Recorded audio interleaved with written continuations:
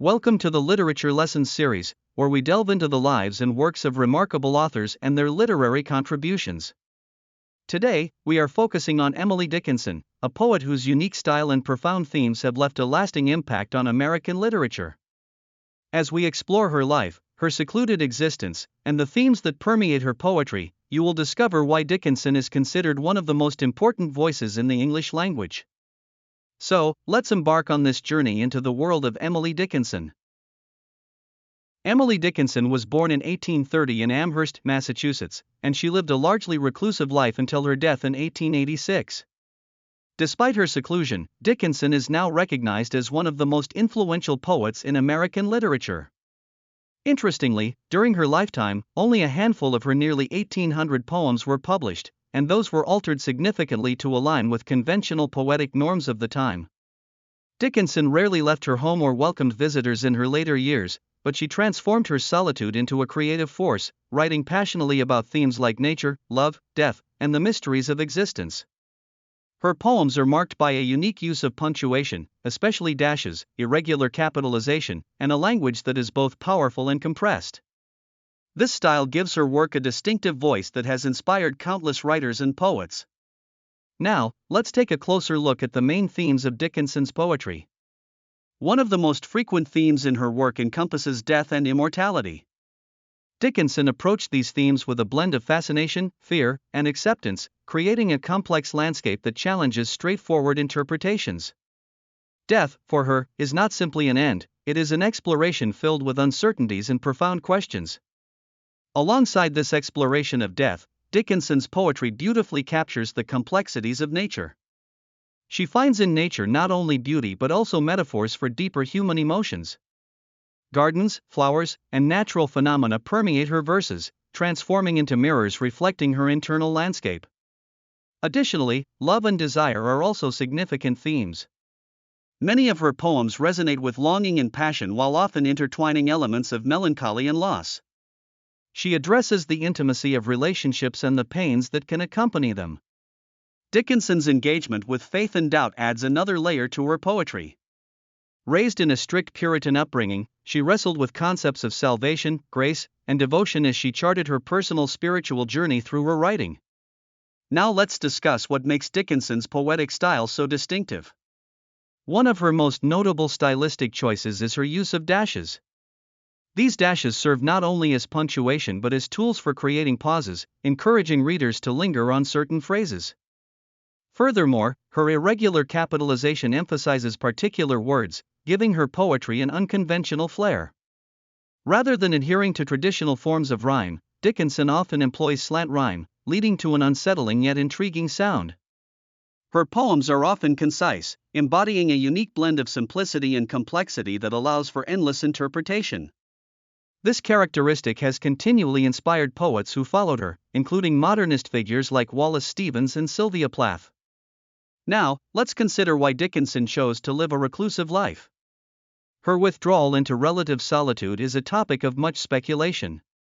Some scholars suggest that her reclusiveness was a personal choice, reflecting her value for privacy and her commitment to writing, while others argue it might have stemmed from anxiety or depression. Throughout her life, Dickinson developed meaningful, albeit distant, relationships, mainly communicated through letters. Notably, her sister-in-law Susan Dickinson was integral to her creative life, inspiring her and serving as a confidant. The letters exchanged between them reveal a deep intellectual and emotional connection that fueled Dickinson's poetic production.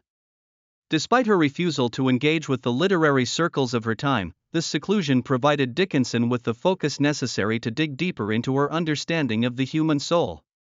During her lifetime, Dickinson's work received little recognition. Only about a dozen of her poems made it into print, and they suffered considerable alterations that stripped her unique voice. She resisted publication due to her unwillingness to conform to literary expectations, often sharing her work with friends instead. It was not until after her death that her sister, Lavinia, discovered her cache of poems and worked to have them published. Early editions, however, remained heavily edited and didn't portray Dickinson's true style. It wasn't until the 1950s that scholars began restoring her authentic voice, finally acknowledging her genius. Another crucial relationship in Dickinson's life was with Susan Gilbert, who was not only her sister-in-law but also her closest friend and intellectual companion. They lived next door to each other, and Dickinson wrote over 300 letters to Susan, often sharing her poetry. This intense connection raises questions about the nature of their relationship, with some suggesting a romantic element. Regardless of the interpretations, Susan played a vital role in Dickinson's life, and their dynamic undoubtedly shaped much of Dickinson's creative output. Moving forward, it's worth highlighting an intriguing fact about Dickinson's innovative style. Early editors frequently altered her poems, changing dashes to commas and modifying her unique form to fit within established standards. One of her celebrated poems, Because I Could Not Stop for Death, was published with significant changes that obscured its true essence. It wasn't until the 1950s, when scholars began producing scholarly editions that honored her original formatting, that Dickinson's originality began to receive its due recognition. Interestingly, Dickinson was also an avid gardener, writing numerous verses inspired by the blooming flowers of her personal gardens. Additionally, her keen interest in science, especially in fields like botany, geology, and astronomy, greatly influenced her poetry, adding richness and depth to her imagery.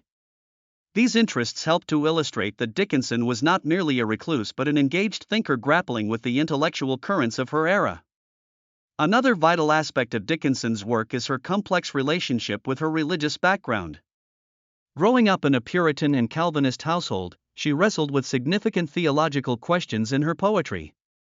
Though she never formally joined her local church, her writing reflects a struggle between faith and skepticism.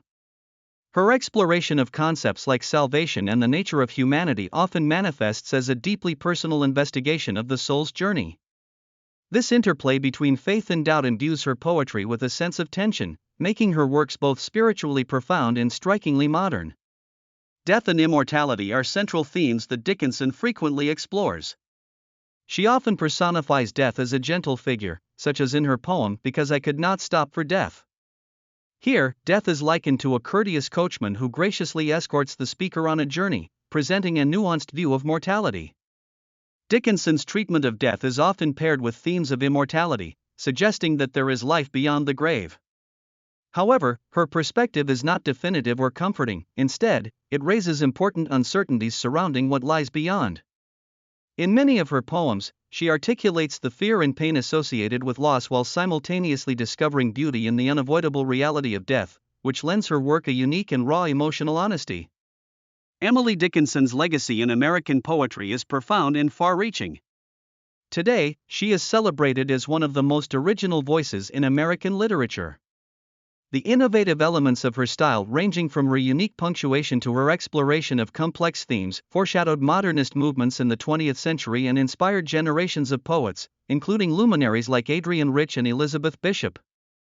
Beyond her technical innovations, Dickinson offers readers timeless explorations of the human condition. She acts as a feminist icon, producing a body of work that speaks candidly about women's experiences and challenges during a time when societal restrictions limited their voices. Her poetry has been translated into various languages and continues to resonate with audiences worldwide. Dickinson's ability to capture the essence of existential inquiry has solidified her status as one of the most important poets in history, serving as a powerful reminder of the ability of poetry to bridge gaps across time and culture.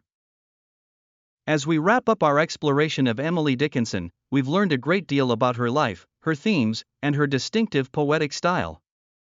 From her profound engagement with death and immortality to her deep connection with nature, Dickinson's poetry reflects an intense sincerity and complexity. Her reclusive lifestyle allowed her to delve into these themes deeply, expressing herself in a unique style that would influence countless writers. We also touched upon her meaningful relationships, particularly with her sister-in-law Susan, and the significant challenges she faced in gaining recognition during her lifetime. Dickinson's legacy is one of ingenuity and unyielding honesty, setting her apart as a remarkable figure in American literature. Thank you for joining us on this journey into the world of Emily Dickinson. We hope this exploration has deepened your appreciation for her poetry and the themes she navigated.